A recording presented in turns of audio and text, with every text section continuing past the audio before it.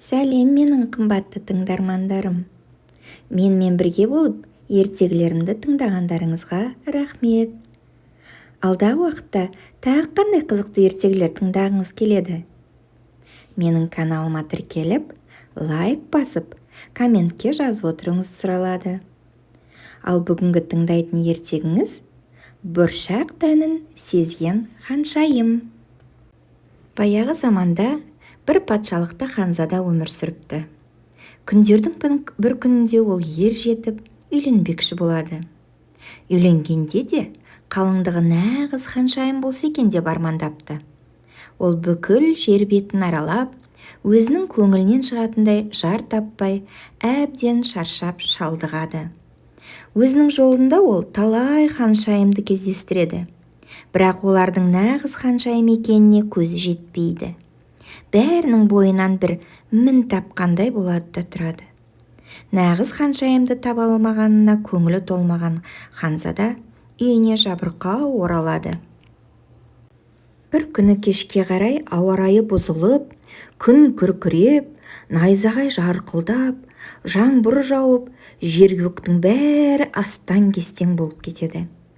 Кенеттен біреудің қала дарбазасын қағып тұрғаны естіледі.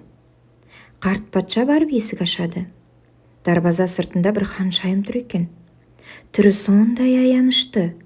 Шашы мен көйлегінен сорғалап аққан жаңбыр суы аяқ киімінен тиіп өтіп, үсті басында құрғақ жер қалмаған.